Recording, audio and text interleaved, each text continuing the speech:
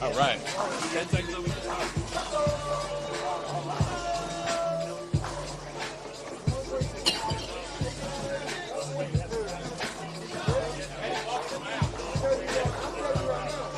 As well. And he did.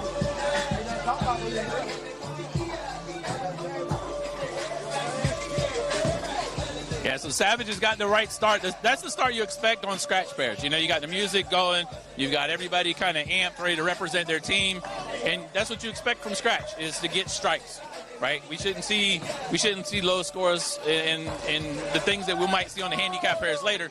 So right now, BUFU's they're kind of behind the eight ball. They're kind of behind the eight ball already in the first frame. They've got to start closing frames and striking now. And that didn't look very good there from Jaybird there. Yeah, but I mean, one frame in, we can't count them out yet, of course. BUFU this season has shown that they tend to like to get behind at the beginning and then come back at the end. So they've really struggled in the first part of the season. Even had a couple stops where it didn't have a full lineup, I do believe. And now at the back half of the season, they've really come back strong to get back to be almost in playoff contention.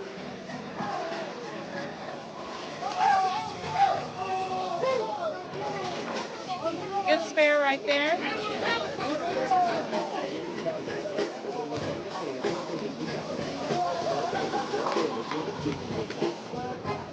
Chris Moore in the second frame left the 10-10, looking to spare it up.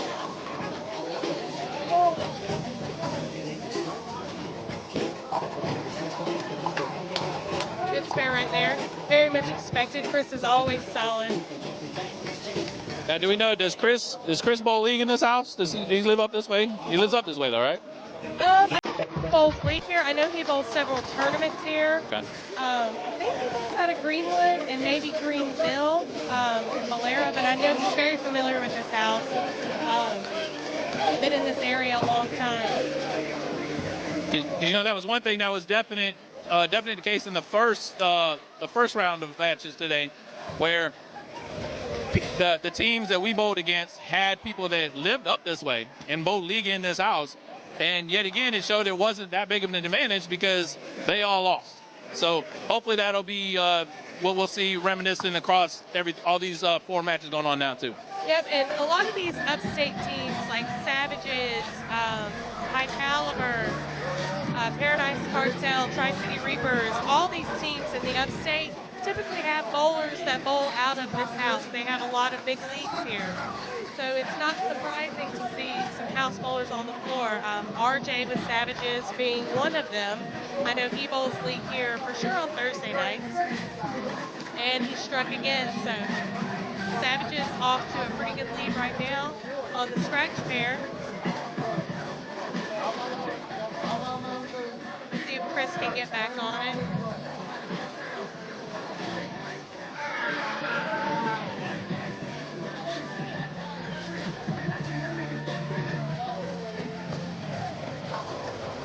Another 10-pin.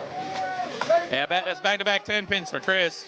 I know that was a wrap 10. I didn't see what his first 10 pin leave on 20 was, but that wrap 10 on 19, that's something that Chris is good enough. He'll make the easy adjustments to not let that continue to dwell. He'll clean it up pretty nice. Absolutely, and it looks like Jason with BUFU got on the board for the third frame strike.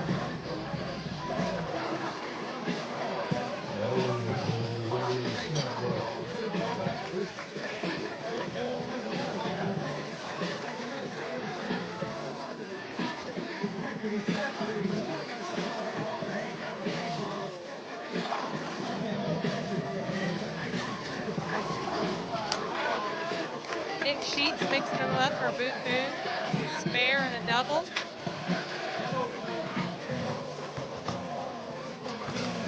Yeah, so it's like you said, the first frame you can't count nobody out because they've already all started striking now and kind of already starting to redeem themselves. But they do now have to wait for Savages to slow down a frame so they can truly catch up and handle their business. Absolutely, that's what I love about bowling though. You can have a lead for a little bit and then you can lose it just as fast as you gained it with an open frame here, or maybe your opponent gets on a string. You can never count them out.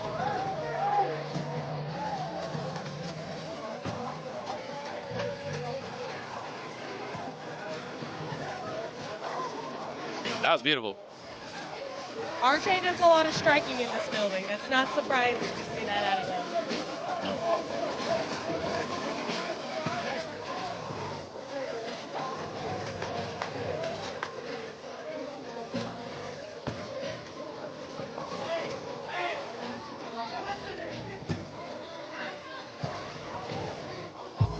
Right. He found it. Chris Moore, he said he was going to make the adjustment needed to get that 10 out, and he did. Wow. That didn't look good. It looked like it's going to be a 5-7 for sure. But the one thing I've learned about this house is you have a lot of that stuff falls really late. A lot of pins come sideways. Yep.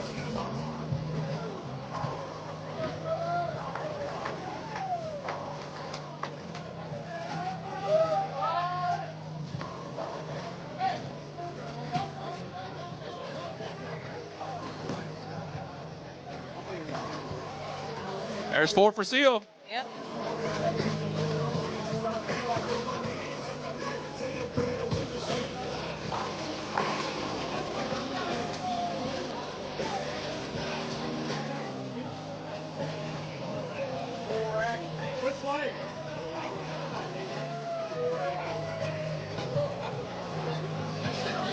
Scratch pair starting out.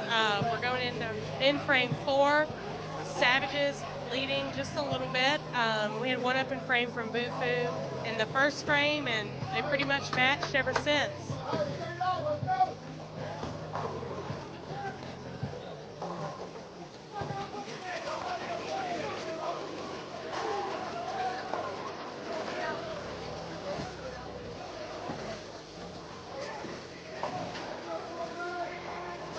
Nick Sheets with BUFU looking for 3 in a row here.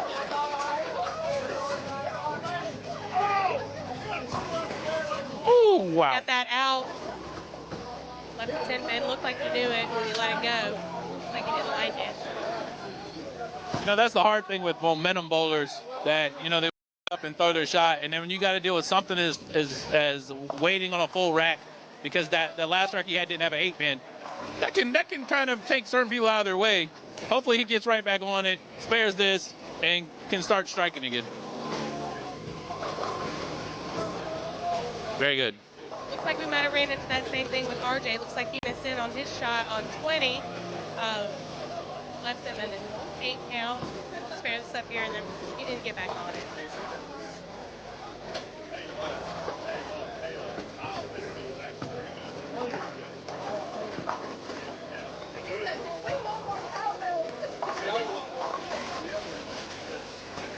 All right, you got the spare. Good job.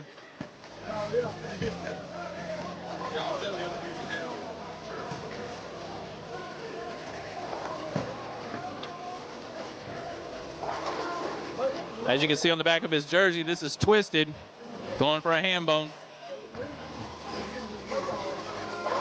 Got it. That was nice. Better. 4 in a row. Scratch Fair is doing exactly what we expect them to do, and that's to strike a lot.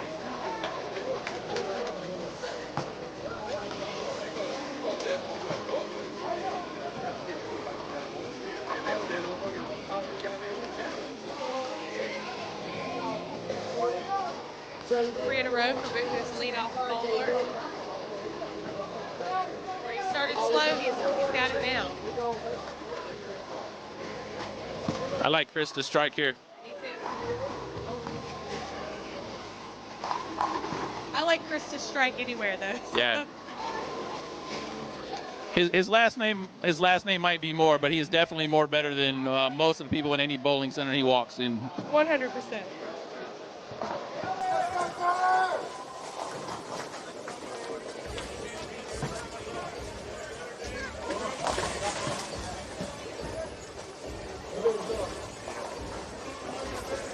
Nick back on it for BUFU, struck in the 5th. All right, Seal for 5. Got it. Shot.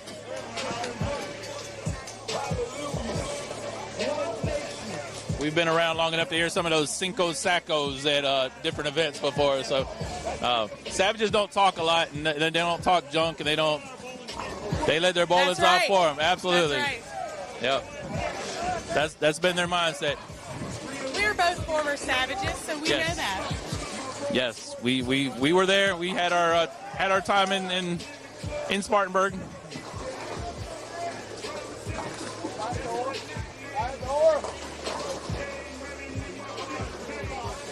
RJ looking to get back on it here. Oh, that was nice.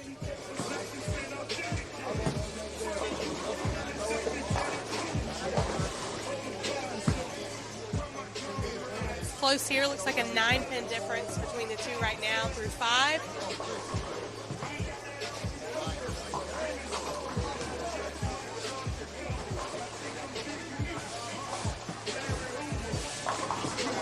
There he goes. Yep. And that 9-pin difference is Savages up 9.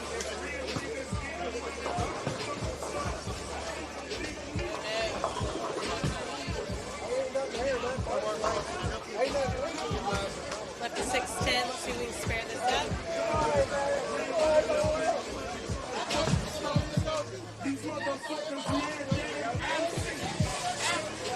All right, here's James Seal for 6.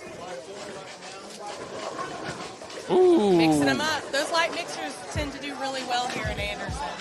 Yeah, it reminds me of a lot of All-Star lanes in Greensboro. Ooh. Where those light hits do very well here. Open frame for BUFU's leadoff bowler. Yeah, that's not good. That's going to definitely kill the momentum they were starting to build. Yeah, that's going to set him back about 30 with Chris's continued string over there. Nick with BUFU. See if we can get a double here.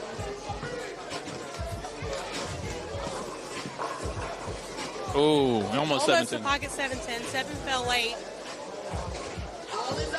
Your order is ready in the snack bar. Just a little recap of where we are at. We're at Boulevard Lanes here in Anderson, South Carolina. It is the Palmetto and Midlands Interconference Tour Stop. This is the second one of the season. Savages currently leading the Palmetto District, looking to expand on that lead as the second place team Augusta Rain only took 2 in the first squad, so they're really looking to expand on that. Third place team, Paradise Cartel, is bowling right now. And as far as the Midlands district goes, BUFU's sitting in 4th with 220. They are 34 points out of a playoff spot, so they're really hoping to win big today. Yeah, I mean, that's kind of our district. We're kind of sitting in a spot where we don't really have a chance at a wild card spot in the conference unless a lot of things need to go in our favor.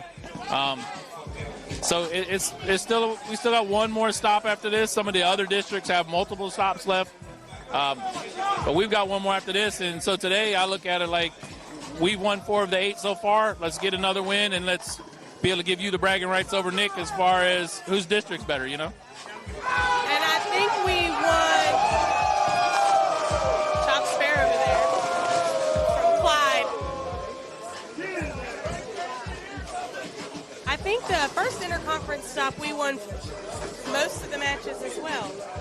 I think we won 6 of the 8, something like that. So right now, first squad, we swept, Midlands swept Palmetto, all 30-plus points.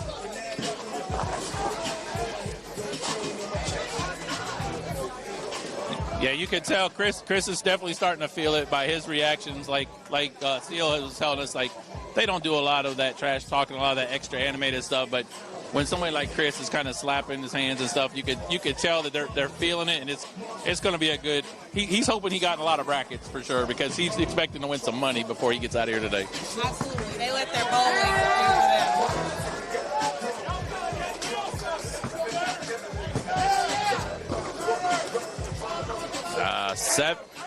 7 pin for Seal. So his run has come to an end.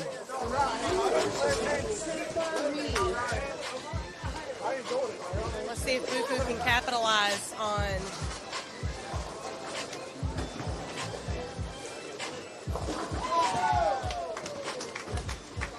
Ooh, that was nice. And they did. BUFU's anchor bowler with the front 7.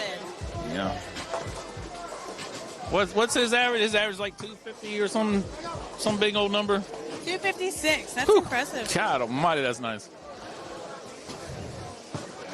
I'm surprised Leonard don't pay him to bowl in all of his tour stops.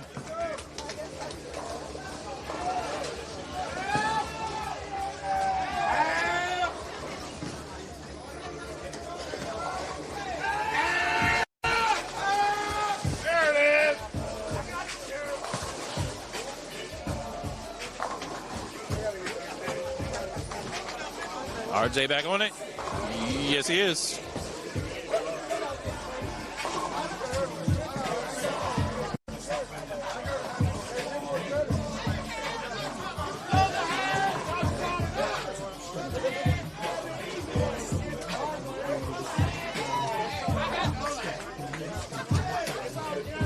Right now there's a 24 pin or 44 pin difference.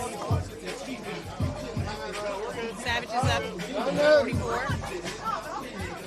Messenger getting the 10 out. Oh.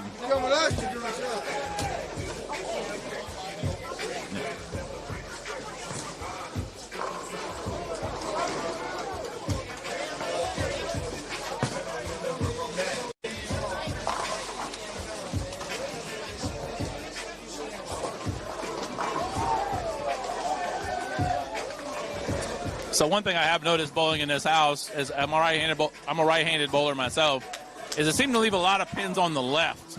Like the ball doesn't always go through correctly or like you're used to at other places. Didn't know that was god-awful from Seal. But I was going to say he left the 7 pin last time, which for a righty is not usually a typical thing. We're supposed to leave 10 pins. But you're definitely not supposed to get a 6 count and leave that split that he just did either. So he's definitely he did the first 5 frames for sure. First 6 frames. Angles are definitely important here.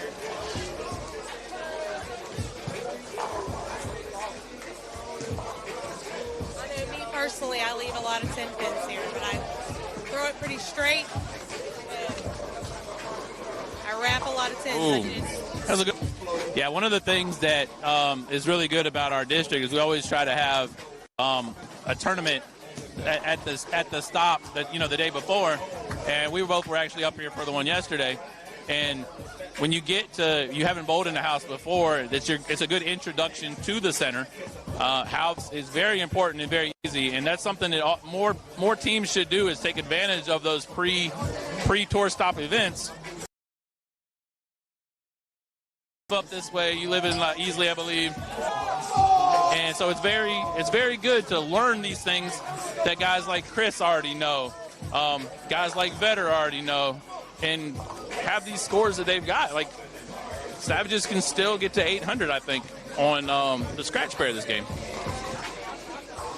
That's very true, and more experience. I tell this to my bowlers all the time. Traveling to different places is going to make you a better bowler. You may average 235 one place, but you can't average 235 anywhere else. But the more that you travel, the more experience that you get, the better that you are going to get. Yep, absolutely. Experience is key.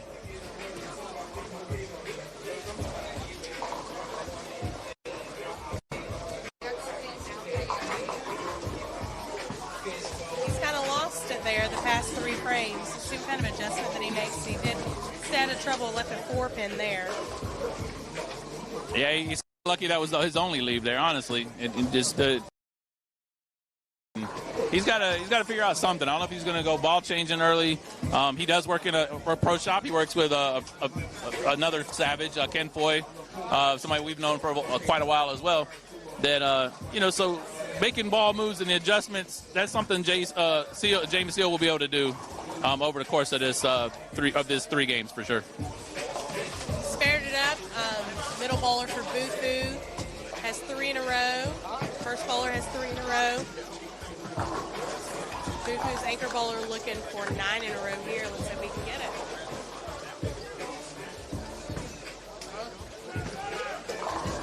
And he did.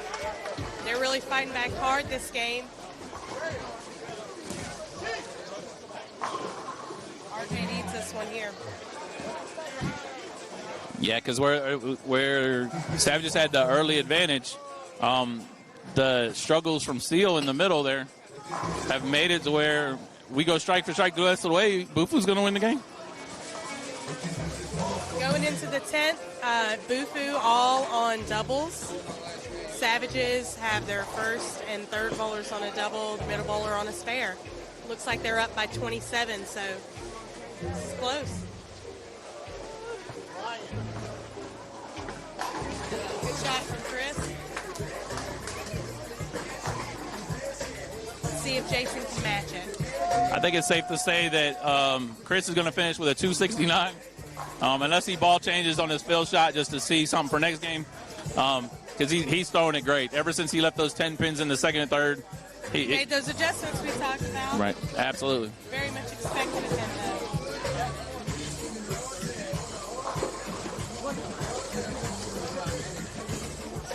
Jason left a 10 pin on the left lane on 19. Messenger didn't quite do its job. Yeah, Jason has to get this 10 pin. If he doesn't get this 10 pin, you can kind of go ahead and that was easily the worst ball that Chris has thrown on 20.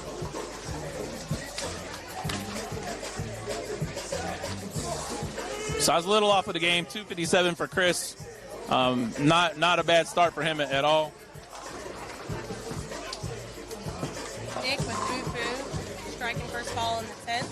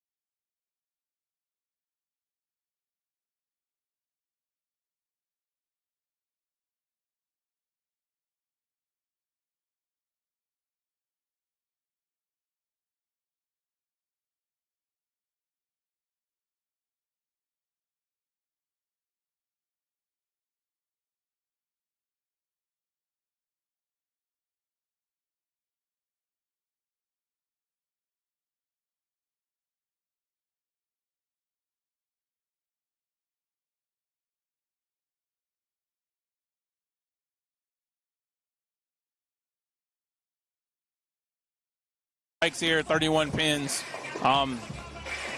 Is a good case for them because they struggled early. They kind of found it. They just weren't able to capitalize on the issues that the Savages gave them. Savages opened the door for them to take it back. They just didn't do it, you know. So yep. Savages win 767 to 736, up 31.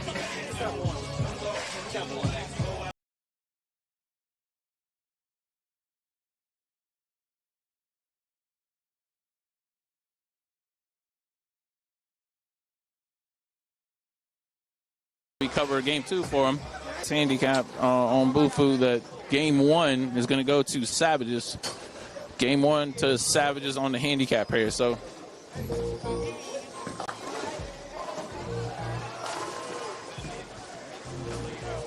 yeah, because actually the handicap difference is only 19 pins on handicap 1. So Savages are going to run away with game 1.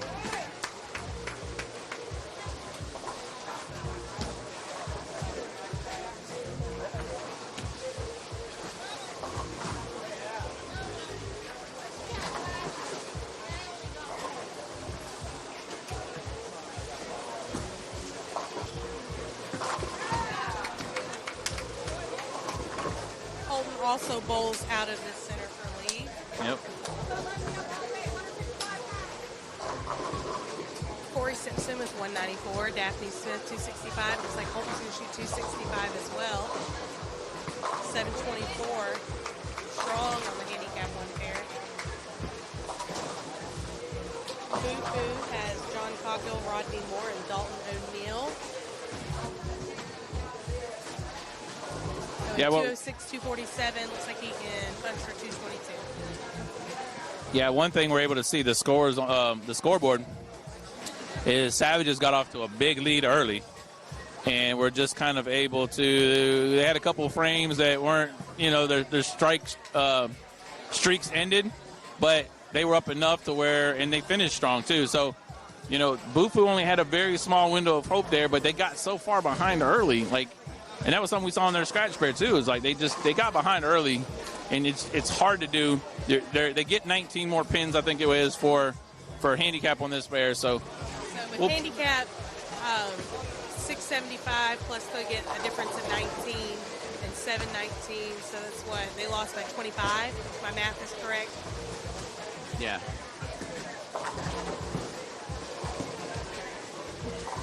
So it looks like Savages taking 2 on scratch, 2 on handicap 1, and looking over at handicap 2, let's see what their difference is.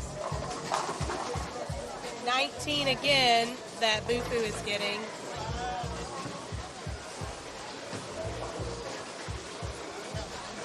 And it's close. BUFU can still take that game. Yeah, I know one of Leonard Freeman's biggest fears is getting 40-0'd. And so he better hope his handicap 2 gets it there. But back here on handicap 1, Corey already starting with a beautiful strike there to get her. She shot, 190 last game, 194, I believe it was. So, but she had some strikes on the board last time. So she obviously was bowling pretty well. Now we just got to see if she can string them together here. Ooh, wrap 10.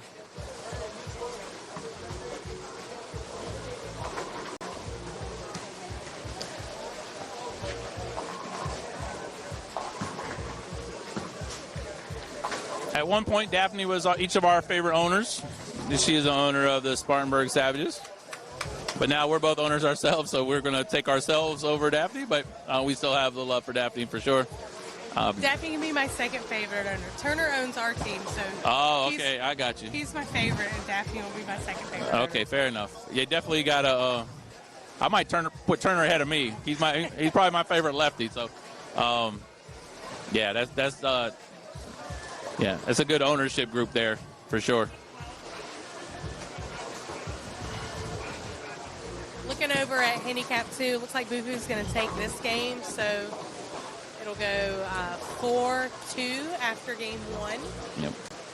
Savages up. Yeah, and the pin difference actually ain't going to be as big as it could have been. It's going to be pretty close.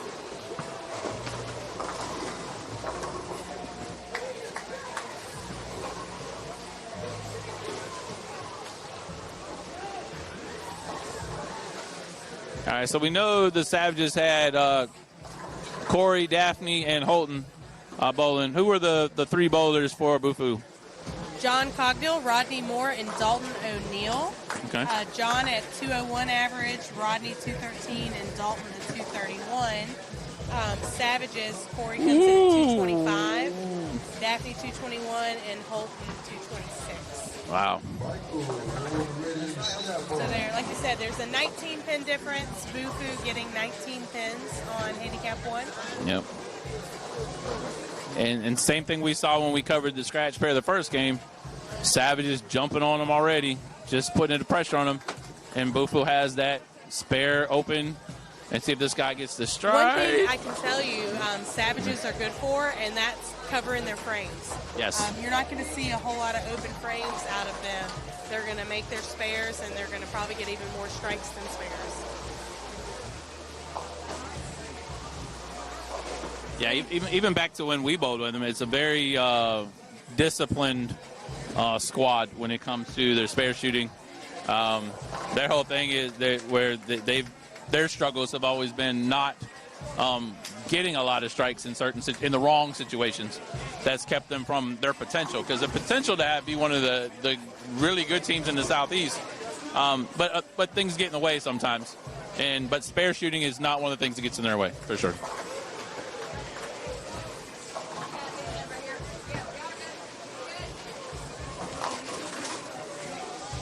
Haley coming down the lane. Haley. Once again, we are at Boulevard Lanes in Anderson, South Carolina.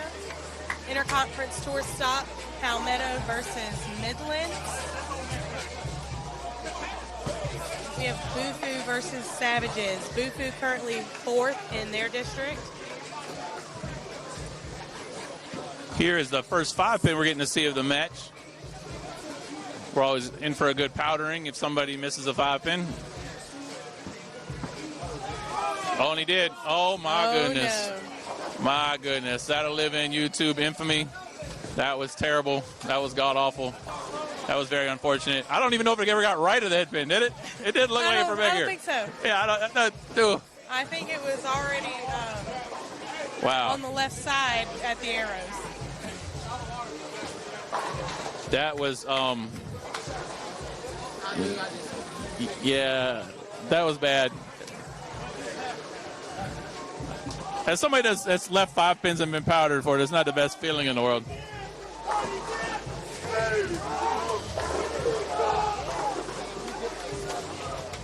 Daphne doing what Daphne does. Yeah. Striking a lot.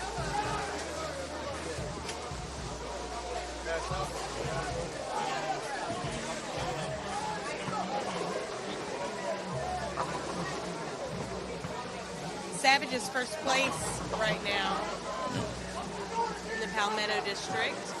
Looking to expand on that lead. Second place team Augusta Rain only took 2 points during the first squad.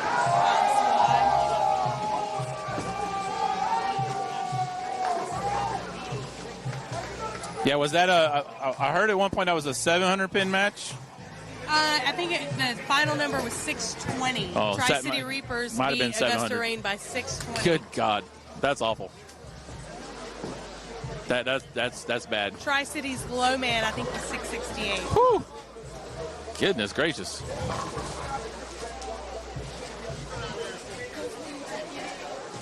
Yeah, this morning, Midlands put a beating down on Palmetto.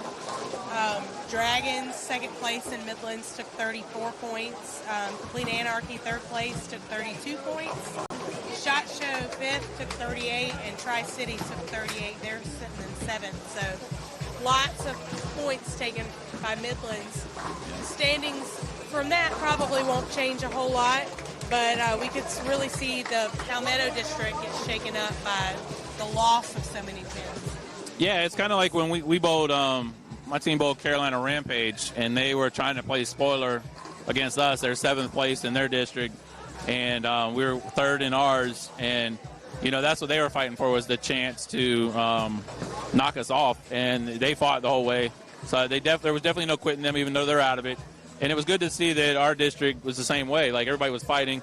And we've even got some people here from the morning stop that are here cheering for the district, and that's one thing that we always see in even our district pages. We have our own little trash talking and all that kind of stuff, but we also kind of support each other and want us all to do well.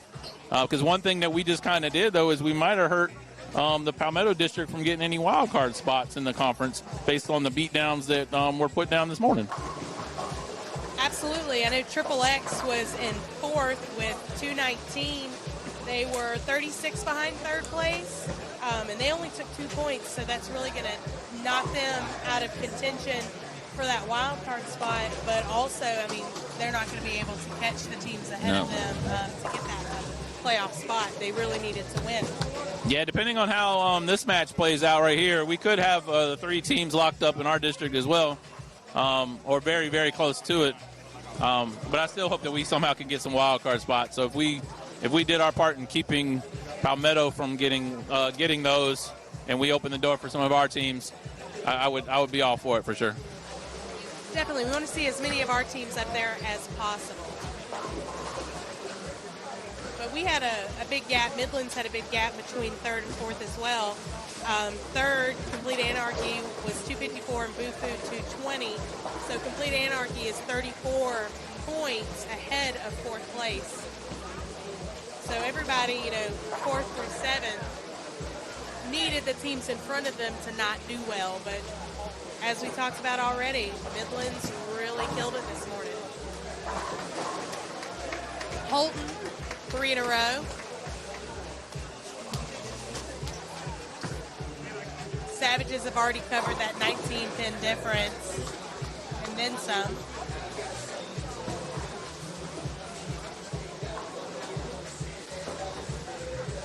All right, see if Corey can double up here. Ooh. Yeah, I think Corey's going to need to change her angle or something. She doesn't have the ball speed she needs to play that line that she is right there for sure. But when you got the Nick Smiths and Holtons and Daphne, even all these other people on their team that are really good at reading lanes, that's not something that's going to be a consistent struggle for her. I don't foresee happening. Ooh. It is odd to see Corey struggling a little bit. She does bowl league here, averages mid-220s.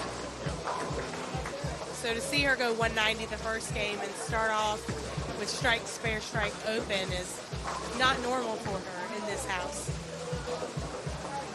And sometimes, it's pressure for people when they bowl league in a house, because there's an expectation that seems to come with it. It really shouldn't, because the environment's different. The music doesn't bump this loud in the league. The trash talk isn't like this in league. So it's a little bit different of an environment. But we also know, too, that no matter how good you are, you're going to have bad days every now and then.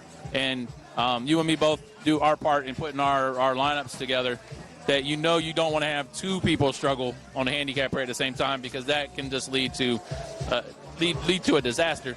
But right now, Daphne's doing pretty well. Holton hasn't missed yet this game. So they're doing the thing, and they're covering their teammates back, lifting her up for sure. Yeah, and there's the added point of it, too, that transition with 6 on a pair versus 10 on a pair during league is completely different. They're going to break down slower. They're going to break down different. Yeah, absolutely. And in league, she probably has more lefties on her pair, too. And I believe she's the only lefty on this pair, if I'm not mistaken. I know Holton and Daphne are both righties. I think she's the only lefty on this pair. So it's gonna be different for her. But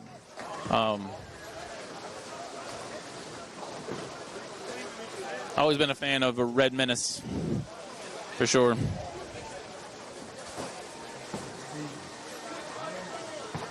John looking to double for BUFU. He does, capitalizing on that open from Savage's leadoff bowler. Yeah. Looking to get back those pins that they lost right at the beginning.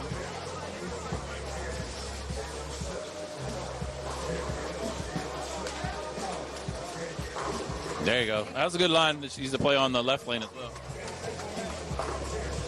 So she's got the right lane dialed in. We just got to get that left lane figured out.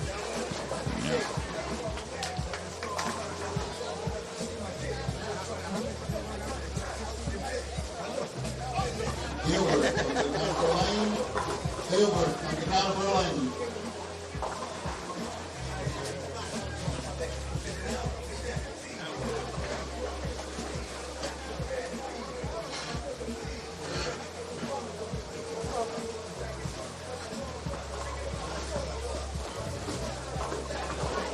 Oh, right. she almost 4-9. 9 got out late. That's Yep. all right. Leaves a make full spare. Expected Daphne to make this. Like you said, typically Savages are going to cover their spares. You don't see a whole lot of missed ones out of them.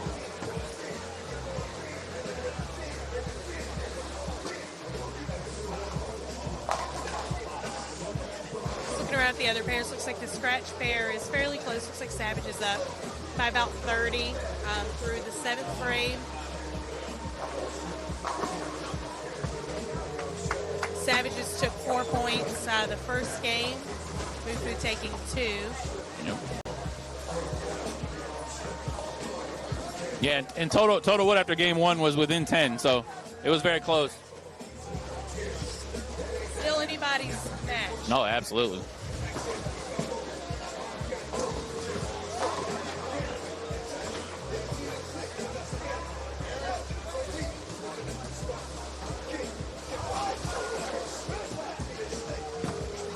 Holton for 5. Very nice. Mixing them up. Yep. Said those mixers Yep. here. It's just like you mentioned earlier. The light hits work really well here.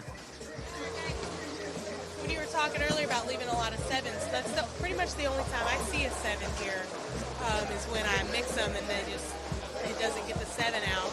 But mixers here normally carry really well. Corey got the left lane figured out.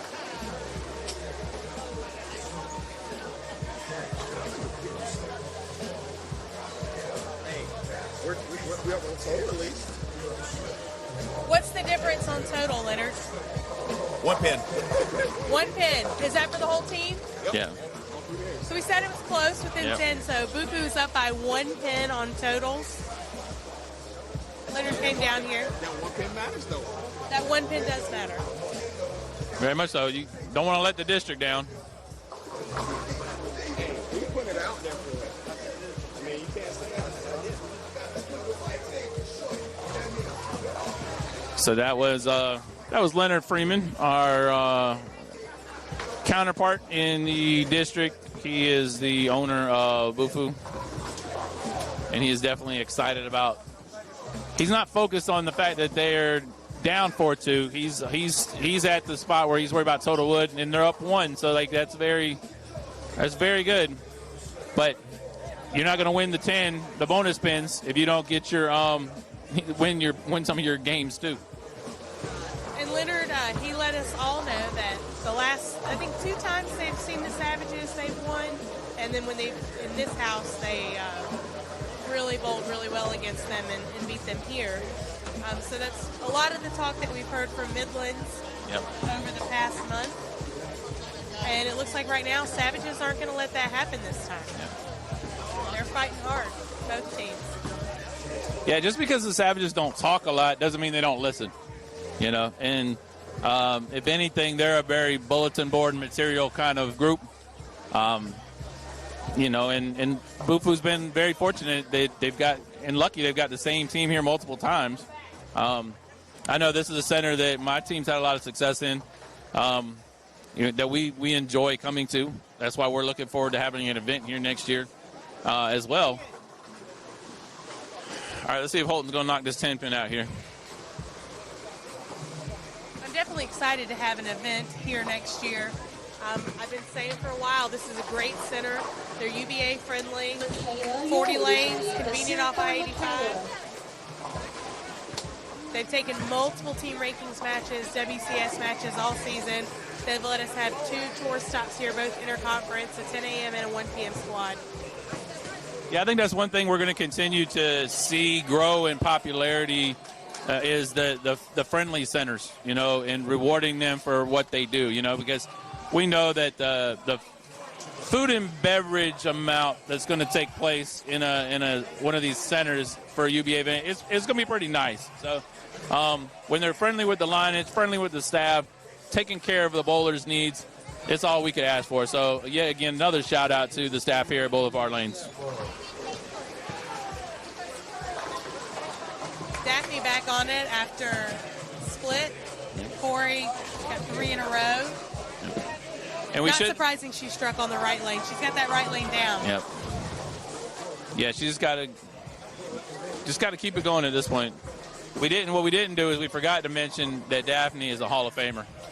Daphne is a Hall of Famer, very well deserved as well. Yes. I think she's held the Vixen's belt longer than anybody. Yes. She owns the most watched YouTube video for the UBA. And it's like we said, her running the Savages has always been really good to her. Always a very good person to have. And very she was one, as yourself, was a very big part of having the Vixens tag team come to life for the WCS in the Southeast too. So again, appreciate you and her for that as well, because it's been very very successful getting the ladies that don't always get to bowl at tour stops and stuff, giving them the opportunity to bowl for belts, and it's been very good.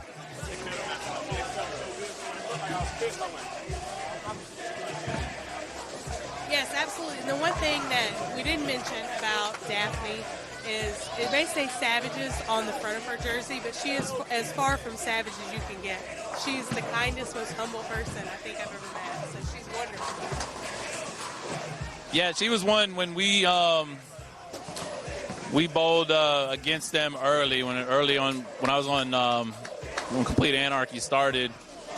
We bowled.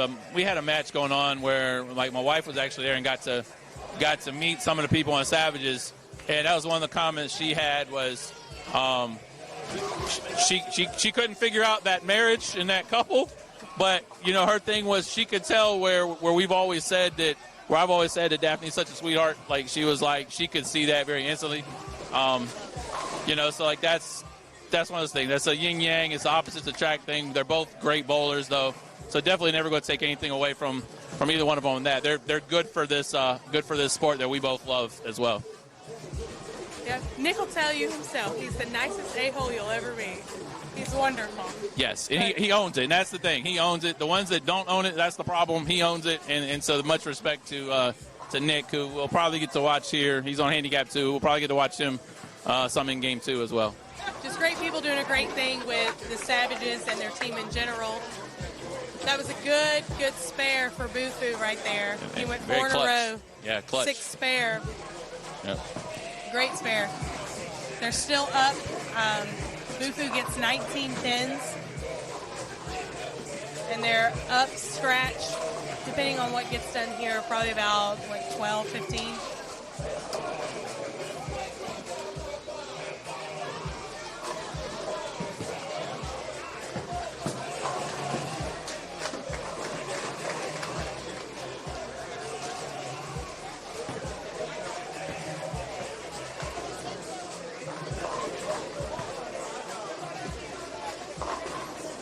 Ooh. Left a little baby split there. Yeah, he knew that early. He just didn't push it out far enough. Should be able to cover that though.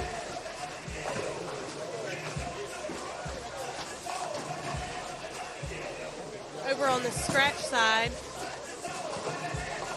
still close. Looks like Savages have about a 30-pin lead over BUFU on the scratch pair.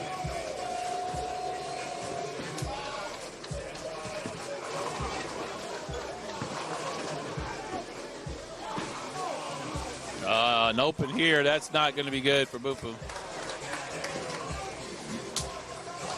BUFU is trying to hand game 2. Their anchor bowler here has the front 7 looking for the front 8. They need that at this point. Try to stay ahead. Yeah, because he's got to kind of do everything he can to help make up for the open frame there in the 8th. Ah.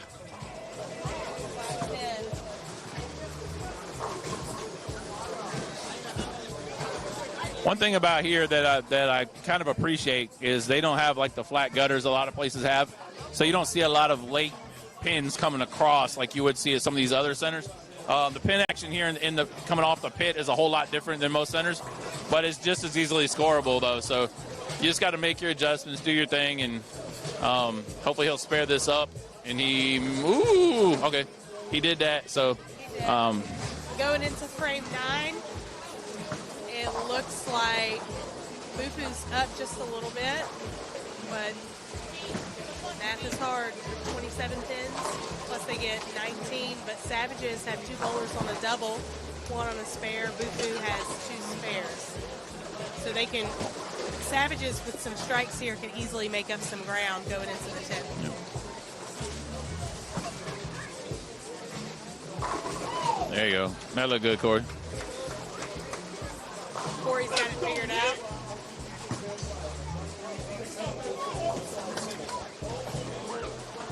Yeah, after Corey's early struggles, she's definitely dialed in 5 in a row there. That's very clutch here, because if Daphne adds a strike here and Holton does the same, then, oh my goodness, if Holton does the same here in the 10th, like in the 9th, excuse me, Savages are going to win game 2.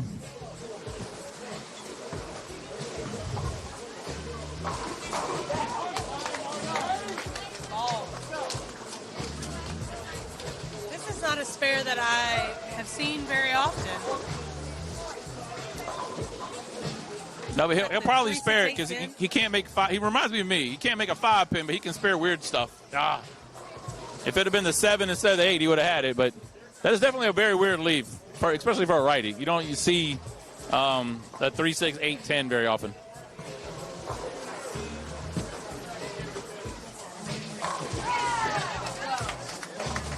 Savages are going to win the scratch pair. 2 opens in the 10th for BUFU. Really hurt them over there on the scratch pair. Going to lose by not a whole lot. There you go. That was a good shot. Good shot for Rodney. Yeah. Setting them up for success in the 10th. Yeah.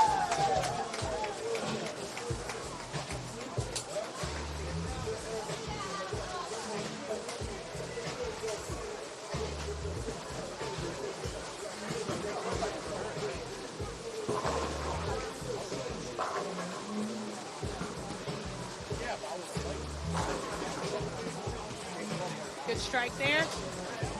Going into the 10th, Savages have 2 bowlers on a double, 1 on a strike. BUFU has an open, and their second and third bowlers are both on a strike. They are down scratch by 8 pins, but they get 19 in handicap against Savages. So Savages have, 27 pins to make up this frame? Corey going to put 30 on it here. Oh.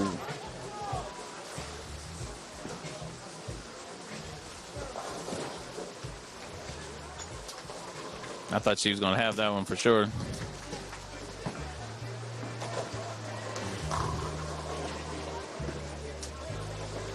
This will be our... Up to 7 pin. Yep. Leadoff bowler for BUFU struck.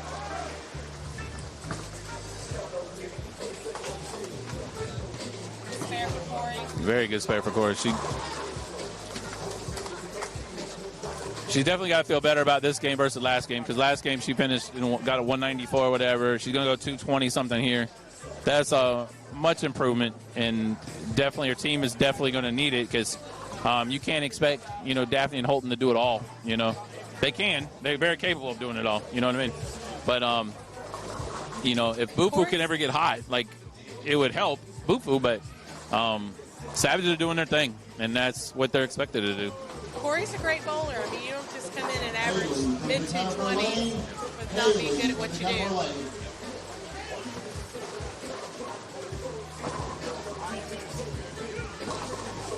BUFU lost the scratch pair game 2 by 29. Yep.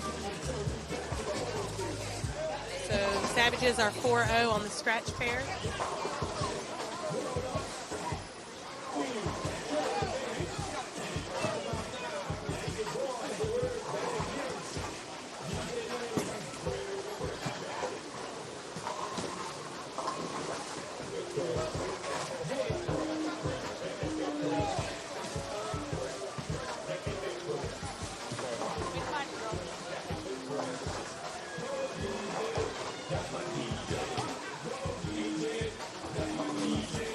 All right, Daphne trying to double here. Ball for Daphne.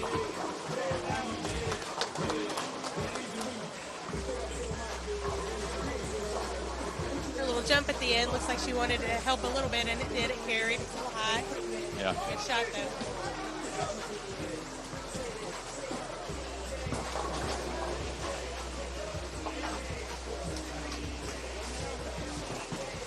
Big ball right here. 7-pin there.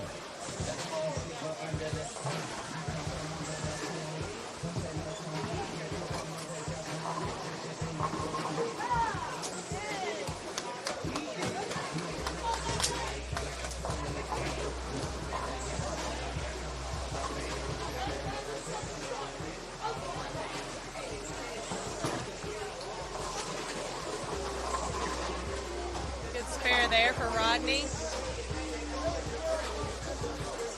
Throw the last 10 for 186.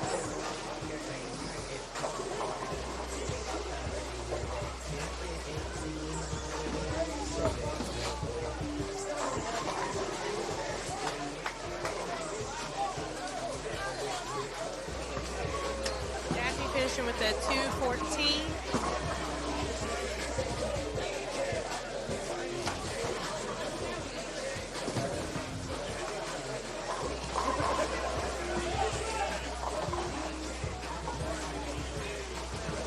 So Savages right now up by 25 scratch.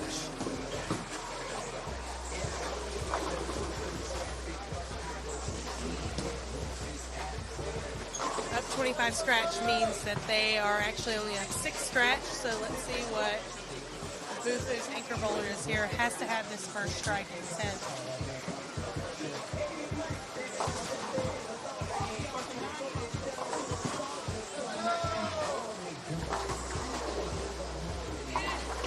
Good spare by Holton.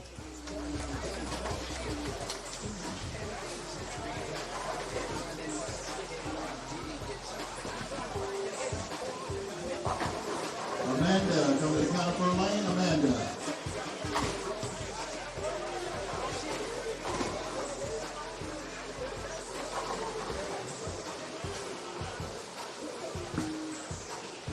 Ooh, no. Ooh. Ooh. Savage is going to have this game on handicap 1 as well. Yep. So on the games that have finished so far, it's going to be 8-2, depending on what. We just got to wait on handicap 2 to finish, because hopefully he can spare this here. But they definitely lost this game, and now the difference they got to make up on this pair is a lot. So they can do it, you know. But it's like we talked about closing frames. You know, BUFU had 4 frames they didn't close. Savages had 2 frames they didn't close. So it's a huge, huge thing there for sure. So right now, Savages won 4 on the scratch pair, 4 on handicap 1, and let's go down and see what handicap 2 is. yeah.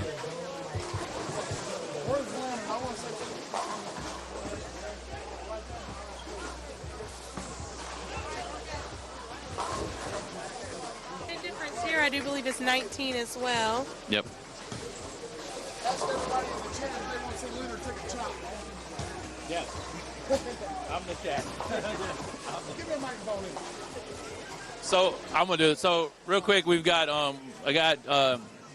what would you like me to refer to it? I'll do it. Okay, let me. This is a guy that would like to say a few words on his behalf. Ladies and gentlemen, resident friendly professional wrestler in the UBA, the blue collar badass JD Drake. Anybody that wants to see Leonard Freeman take a chop, drop the kitty cat emoji in the chat, because we all know he's well, I can't say that on.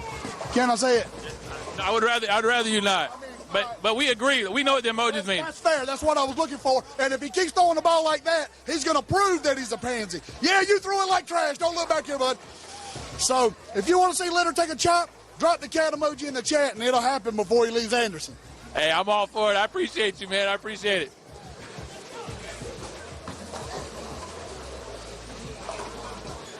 So if you've ever seen Mr. Drake, he's chopped Dougie before. It's very good and very entertaining as well. He does wrestle professionally as well. It's pretty cool.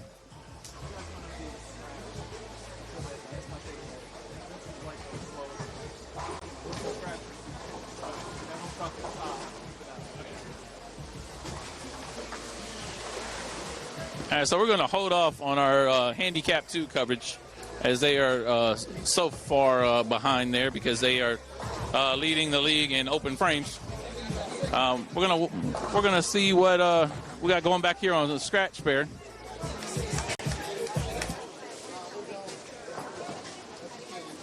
It was definitely a little quieter for us down there on Handicap 2, but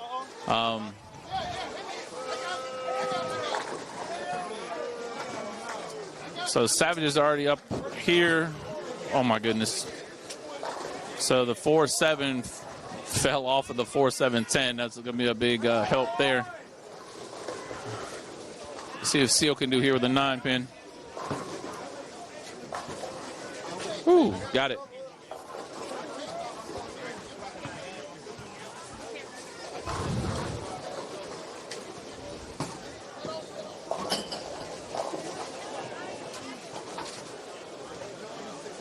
Good spare. Yeah, very good spare. Next.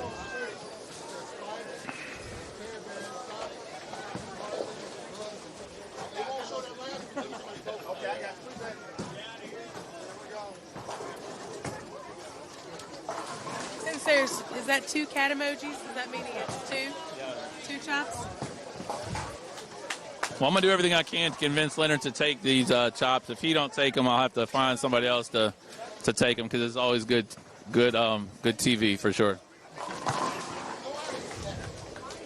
We'll make sure to ask him next time we go down there and see him. Well, the next time he comes with a smile on his face to brag about being up 1 pin after 1 or something like that, we'll do that. If he's getting close to ripping his shirt and all that kind of stuff, we might just have to hold off till we're finished. But yes, we would definitely love to see Leonard take a chop and a chair shot even be acceptable at this place.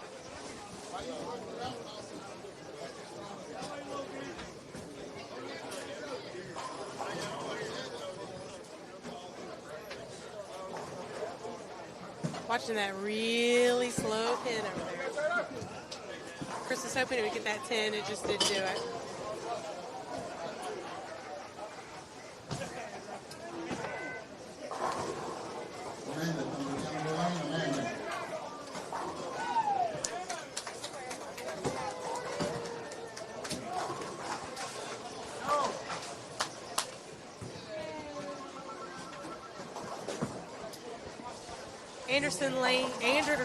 Boulevard Lanes in Anderson is where we are at. Palmetto Midlands Interconference Tour stop. We're in Game 3 watching Spartanburg Savages versus BUFU. Savages are out of Paradise Lanes. They're in Spartanburg.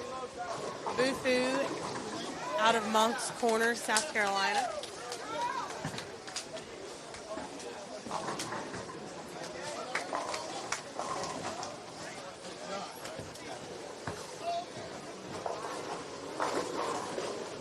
BUFU's trying to fight back here on the scratch pair.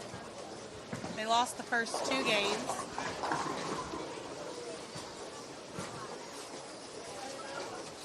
Yeah,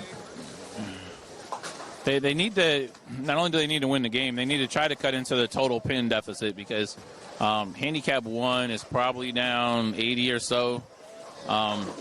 Handicap 2 is still not finished with Game 2, so we don't know where that sits. But winning this game for BUFU isn't going to be enough. They're going to need to try to make up the points. They might not make up the pins to win the pair, but they need to help for the team any way they can for sure. Definitely. Those 10 team total points are still up for grabs for either team. Looking like Savage will probably have a little bit of a lead after the second game on this team totals. So any help that they can get.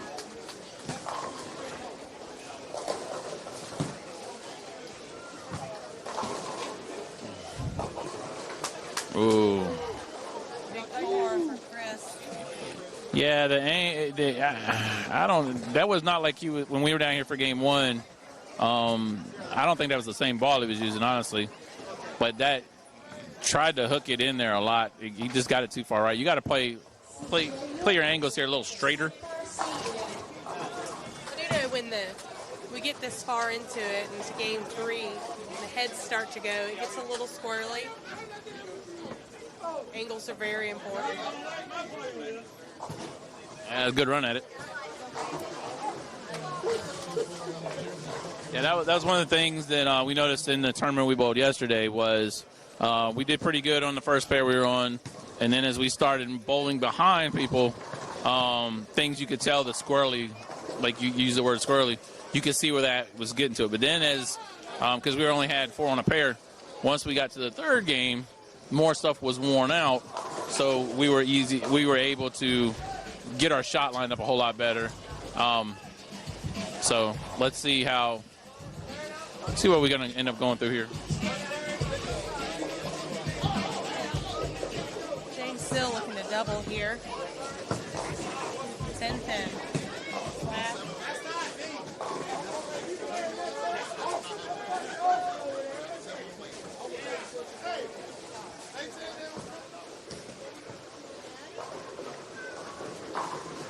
Sheets with the double.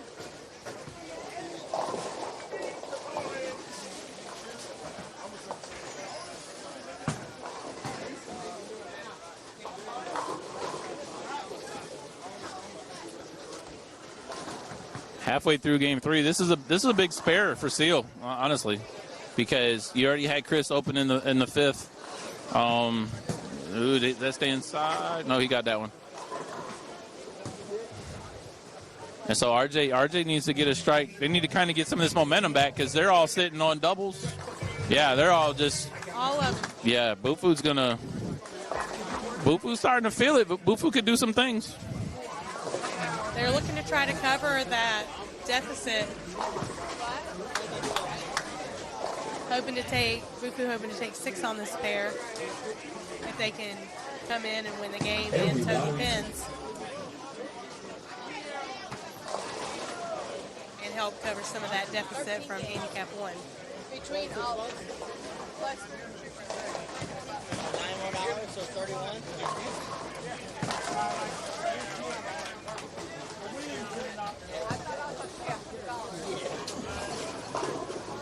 Ooh, RJ got lucky there. He almost 4-9. 4 came out. Messenger took the 4 out late. Okay. All right, so we are going to bail on the scratch pairs. Handicap 2 has finally got game 2 finished. And we're going to be with you for game 3 for handicap 2. Where BUFU won the game again. But not by much. It was, 19 pins, I believe? So they won by 7 then. So BUFU won here, so they went 4. Savages went 4 on scratch, 4 on handicap 1, and BUFU has 4 on handicap 2. So we're 8-4. We'll get an updated total for where the tour stop is for after 2. Rough estimate is going to say it's 100, maybe 110, somewhere in there, I think. You can ask Leonard. He'll know. He'll know, and then we'll ask him about the chop, too, when he comes by. Yeah. Leonard will know it to the pin. Here on handicap 2 for the Spartanburg Savages, Nick Smith, 224. Chris Hamblin, 211, and Charles Hucks, 230. For BUFU, we have Nate Richardson at 206 leading off, J.R. Kruk, 209, and Leonard Freeman, 221.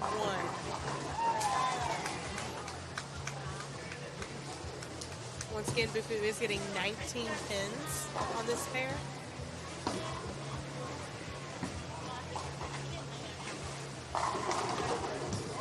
Nick starting off the strike. That looked real good.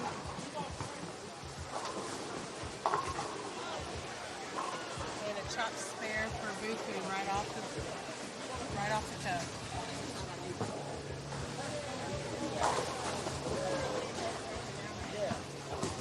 John, up to the counter 4 lane. John, up to the counter 4 lane.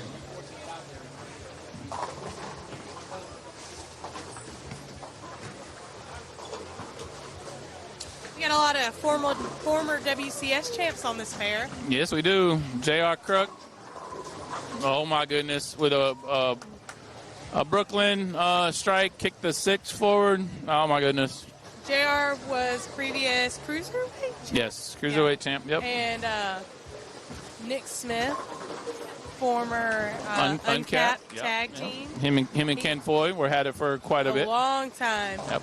And then, of course, Leonard, former cruiserweight champ and heavyweight champ. Yep. Lots of former champs on this pair. The inner hoe.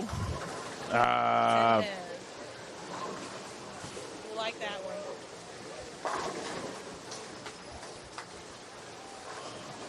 He is doing his best to try to make the UBA's NFT card collection. His picture was taken earlier today. We'll see if the picture quality works. Can you tell us a little bit about the NFT card collection? Yeah, so everything Web3 is new to everybody, and it's just something that Gordon Pepper, who's our North brand manager for the UBA, is, dabbling us into, figuring out what we can do in the whole crypto world, the NFT cards, and we've talked to a lot of people about a lot of possibilities that for things that we're not accustomed to. All of our UBA stuff is in-house betting, just talking trash. So if we're able to, be successful in the NFT world and in the Web3 stuff, and it's something that might not even be big for us in the States, but it's one of the things. If you got other countries that are interested, and we've got the karate combat stuff where we're going to be able to, be able to bet on tour stops, and things like that we're working on that should be really cool for us. So it's a lot of uncharted territory. We're the first ones to do this, but we think it's going to be pretty cool. I mean, I like the fact that having a electronic trading card of myself is, once it's out there, it's something that's just out there forever. It's no different than it's not as cool as a baseball card thing that we used to have when we were kids and collect. This is all of us trying to get to the younger generation and all the stuff that they do. So I'm excited to be a part of it, and we'll see if Leonard gets the picture quality was there for him to join us in that endeavor. Savage is starting strong in Game 3 here on the Handicap 2 pair. They are down on totals over here. Lane, Eric. BUFU did win the first 2 games. Sounds like the first game they won by a good bit because they covered the pins for the other 2 pairs. All right, so Charles Hucks bowls out of Columbia. Very good bowler. He's one of those ones that can kind of talk your ear off on adjustments and all that kind of stuff. Great guy. I wouldn't be surprised if he spared this, honestly. Let's see what he does. No, that didn't get out far enough.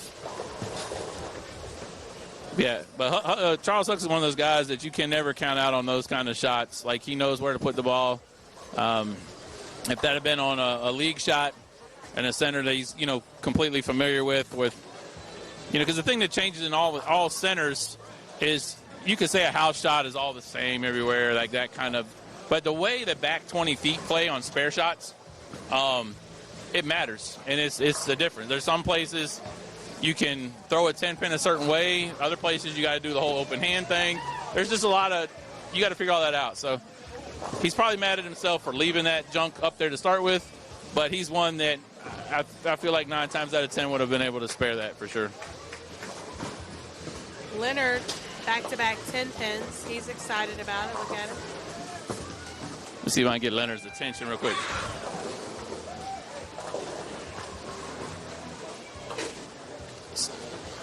So, Leonard, we've known each other for quite a while. We had a guest come by, a friend of ours named JD Drake. JD Drake. Yeah, yep, there I you saw go. him, but I ain't paying no attention. Yeah, But, so what he wants to do is he told the chat that if anybody that would put a cat emoji in the chat, that he would chop you when we were done. So we need to make sure that happens. Are you okay with getting the chop? I mean, Dougie's been chopped. There's no reason why you can't get chopped. what's that little baby? Bullshit. Yeah. Bullshit. No, It's entertainment, man. I have 4.5 hour drive home. I'm not going home with no stinger on my chest. My goodness. Oh no. No entertainment. No. Casey said she would do it if you would do it. I said no such thing. No, if Leonard would have done it, I would have done it. So we'll try the peer pressure thing with him some more, because we would all like to see Leonard chopped, hit with a chair, any kind of wrestling weapons we can use would be fantastic at this point. So is our famous UBA wrestler, is he getting his own trading card? He needs to. I would love for JD Drake to get on a card. When we get our second generation of cards going, we'll definitely get a lot more South representation in that as well. The timelines and getting quality cameras and different things like that available on the notice that we had has been a little tough, but we're definitely hoping that we're going to be able to run with this for quite a while.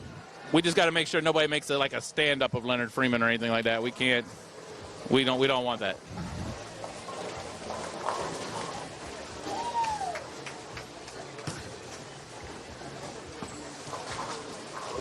Looks like Leonard made some sort of adjustment.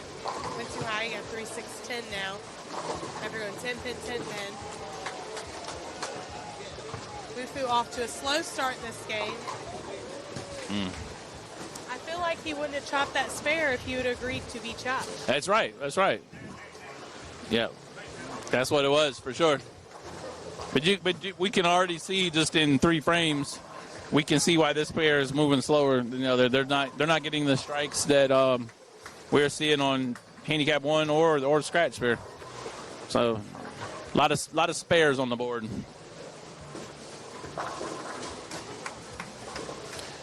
All right, here's Hucks recovering after that mess that he left last frame here. That was good. It looked like it was going to go a little high, but it was definitely a nice strike for sure. Definitely back on it.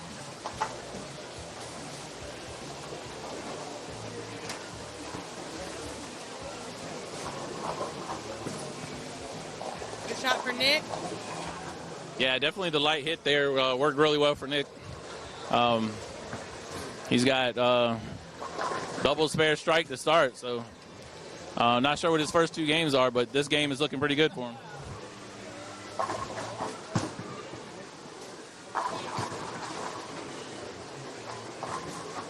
BUFU coming back with a strike as well.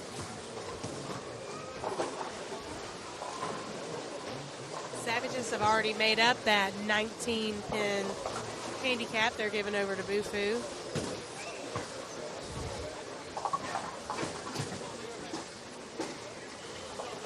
So now all they need to do for the rest of the match is to match them frame by frame, and they'll win this game. But, they're going to go a little bit higher than that because they're going to want to go take totals on this pair and go 6 and 4.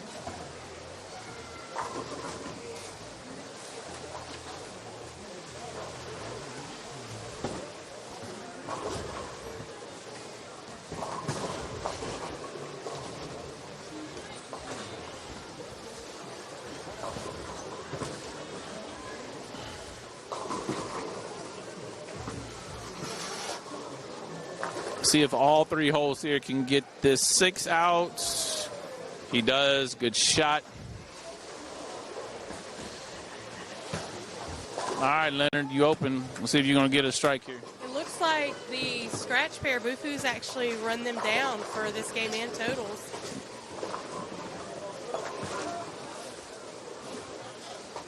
So Leonard needs to move left. That's his biggest thing. He's not getting far, moving left. All right, this is the lane that Hux had that ugly stuff. Much better shot. Good job.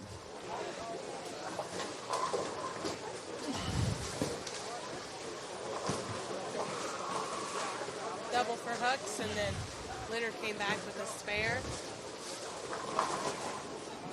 Savage is extending that little bit of a lead here on handicap 2.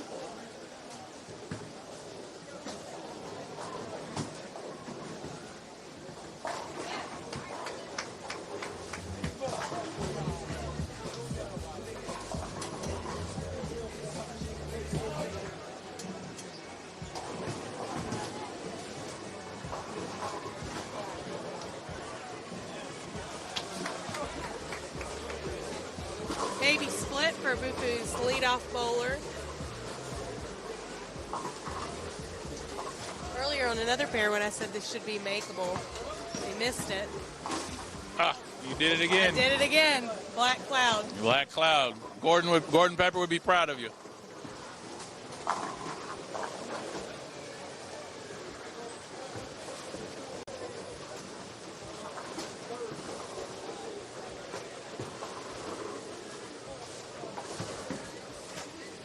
Nick looking to double. Andy did. You did. Good job, Nick.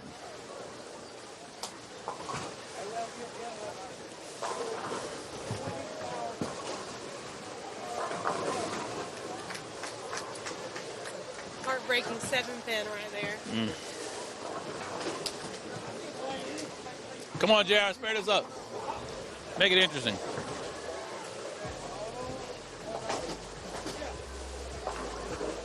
Cool. Looks like he liked that off his hand, and Yeah. maybe you just read a little early for him. Almost 4-9. 4 fell late. Good spare for JR.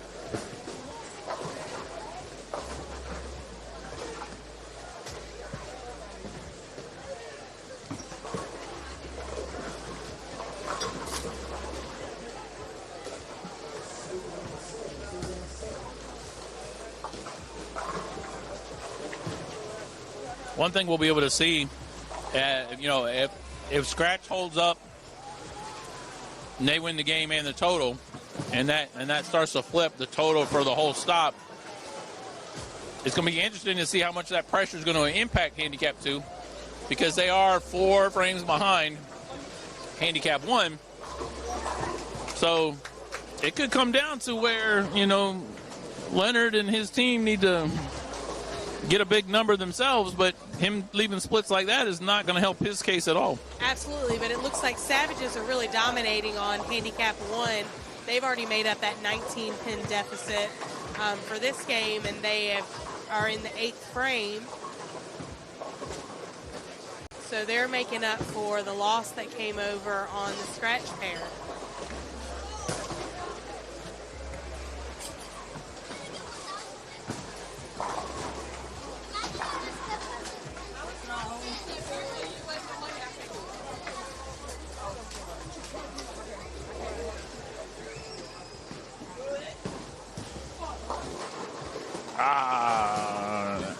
That's a 2-pin leave there. All right, let's see what Nick can do. A turkey here for Nick would be huge.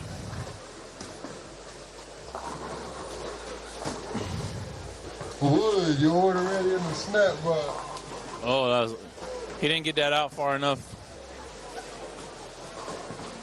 This guy ooh. All right, good spare there. BUFU's going to need to start striking on this pair if they're going to want to hold on to their total pins here.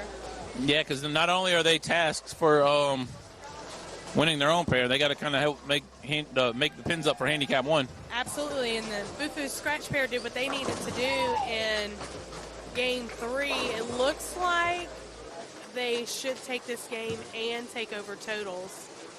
It's kind of far away, so it's hard to see, but it looks like that's what it is.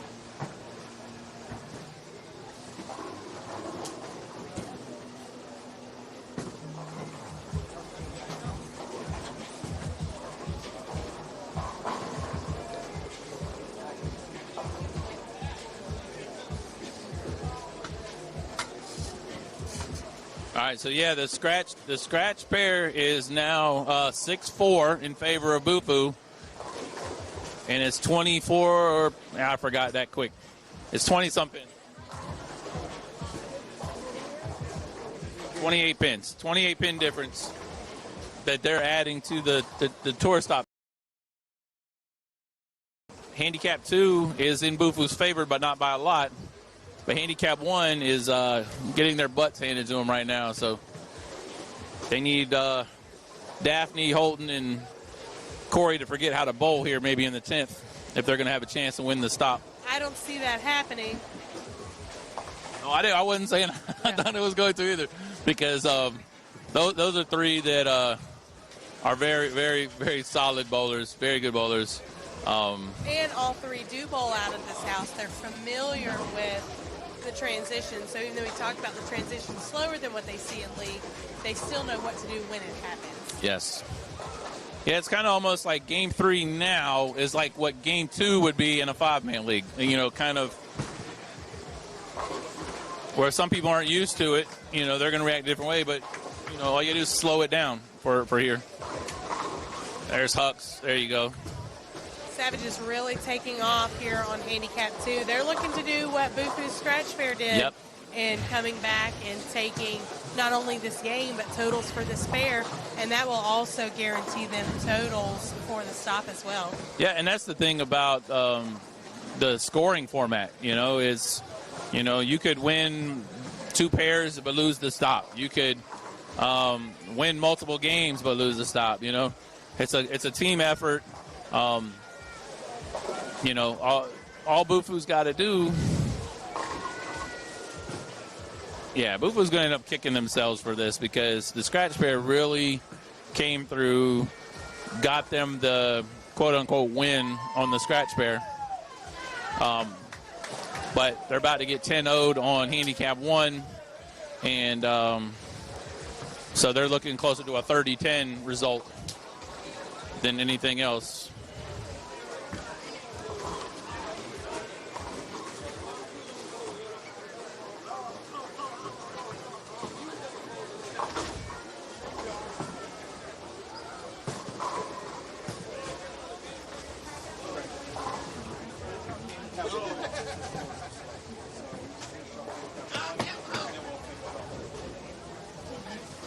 We're going to switch over to handicap 1 really quick as they're finishing up here.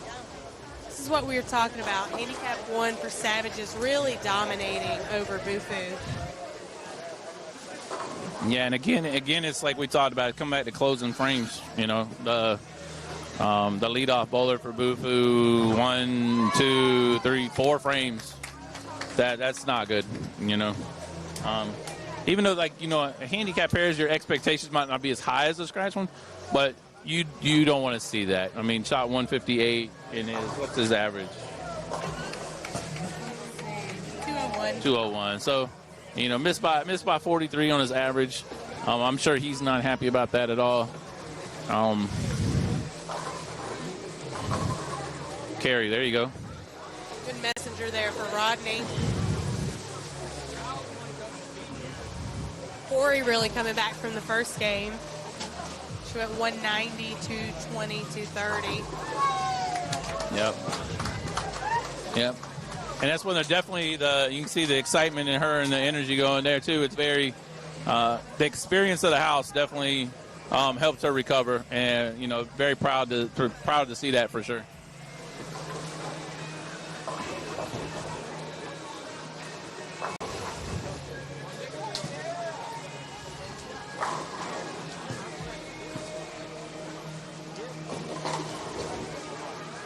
BUFU on this pair just looking to gain as many pins as they can. Yeah. To help cover the deficit as a team.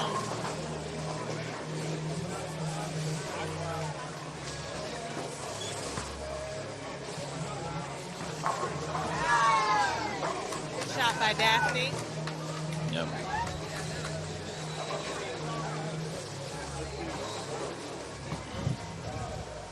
Once again, for those who are just now starting, we're at the third game of the Palmetto Midlands Interconference stop.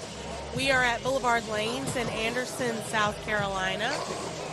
This is Midlands number 4 BUFU versus Palmetto number 1 Spartanburg Savages. Still a pretty close match. BUFU's BUFU won scratch pair 6-4, coming back in the third game. Savages are going to win handicap 1 10-0. Yep.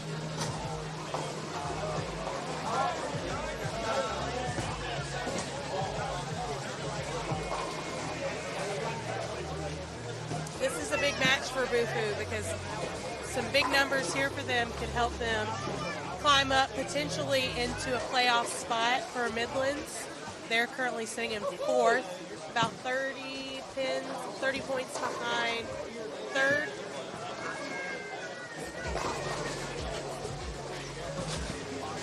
$34 to be exact.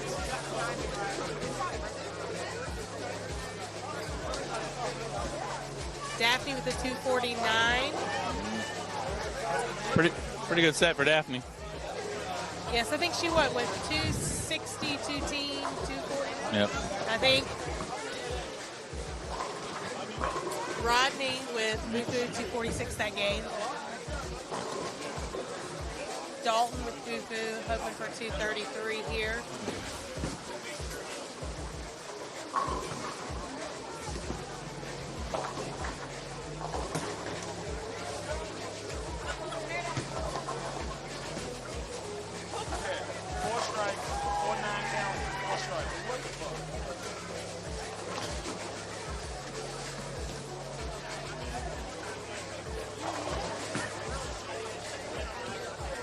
BUFU's getting 19 pins a game, so 57 for the set on totals.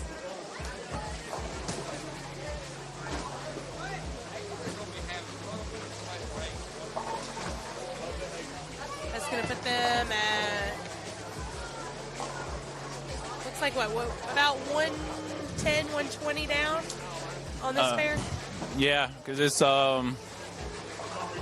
because the best Holton can do is get it to 2107 for them. So that's 155 minus like 60. So it's going to be about 100 pins. It's going to be about 100 pins once you add the handicap in. So basically, we're going to handicap 2 with Savages up 80 is about where we're at.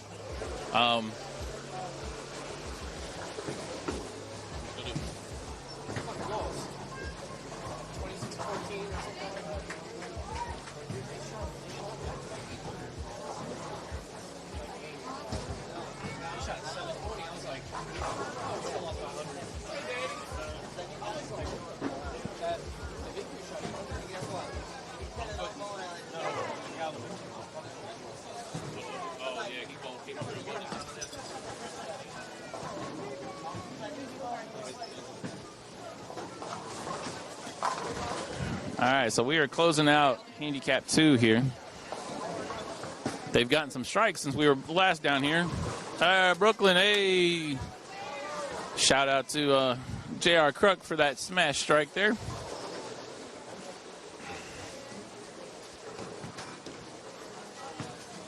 So what do we have the totals at? What were we guessing for the team? So the matches that were completed, Savages were up about 80. So, but we were what? 10 pins for BUFU here? So this one gets 19, same as the middle pair, so they'll get 57 for the set. So they're pretty even right here. BUFU really needs a really strong 10th to make up that deficit, but I don't think it's going to happen.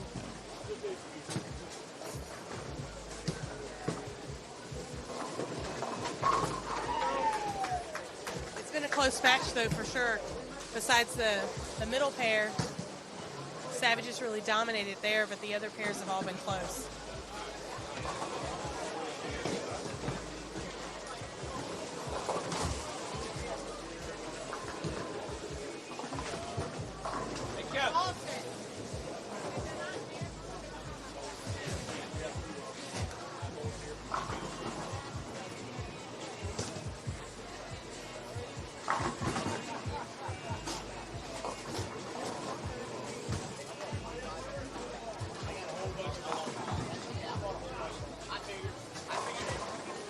Savage is going to win this game, trying everything they can to run down totals as well.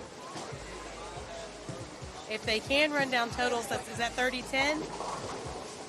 Yeah, are Savages in a position where they could be up 40 going into the last stop? Let's see.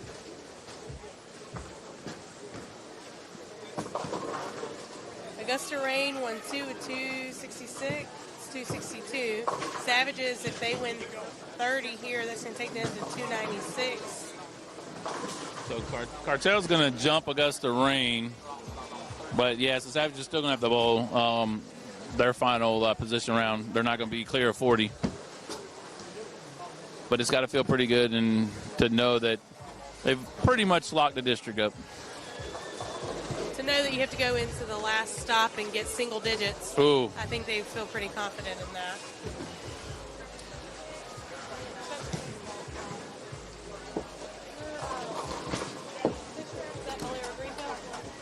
Yeah, so definitely Savages going into Valero Greenville. I feel pretty confident that they can get single digits in that building to lock up the district.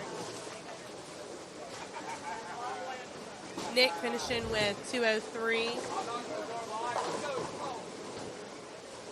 169 for Nate Richardson with BUFU. Well, barring double gutters, this is over. At this point, BUFU's just trying to salvage totals.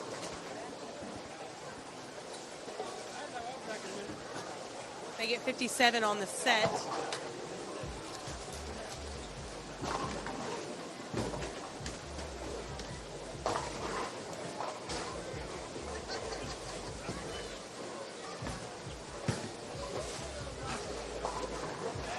Yeah, because the one thing to always remember, too, is that even when we get to the position, the playoffs this year, your total points, your average points per stop is going to determine the top, how the seeds work for the 32 teams that make it. So every point is key. Definitely. It sounds like, for the most part, Midlands has really dominated over Palmetto today. So I think the Midlands standings are probably going to stay pretty much the same. There may be a little bit of shuffling around. Yeah. It sounds like BUFU's the only match that's actually going to lose for Midlands. Yeah, that's going to be disappointing. Because that might, I'll have to see, it might put us to where we've cleared them by 40. So if we clear them by 40 for next week, then that means that our 3 automatic qualifiers will be locked for sure. So I'd have to go back and look, because the only one I don't know about is actually my own team. I'm not sure how we are doing against body snatchers. So, but I know Wasted Potential defeated Paradise Cartel. Crucial Conflict had a blind today, so I know that stop loss. That's a disaster. So I that think they're both franchise. in my own world. Yeah.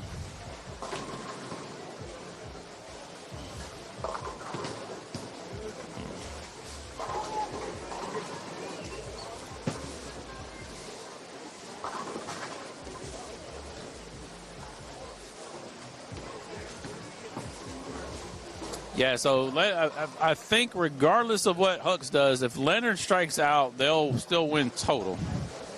I don't think he has to strike out. I think he just needs to spare this frame, and they'll still get total. So they get 57 for the set. Because they're up 18. Hooks can get 50 more. Yep. So, yeah, I guess you're right. Ooh, all right, so.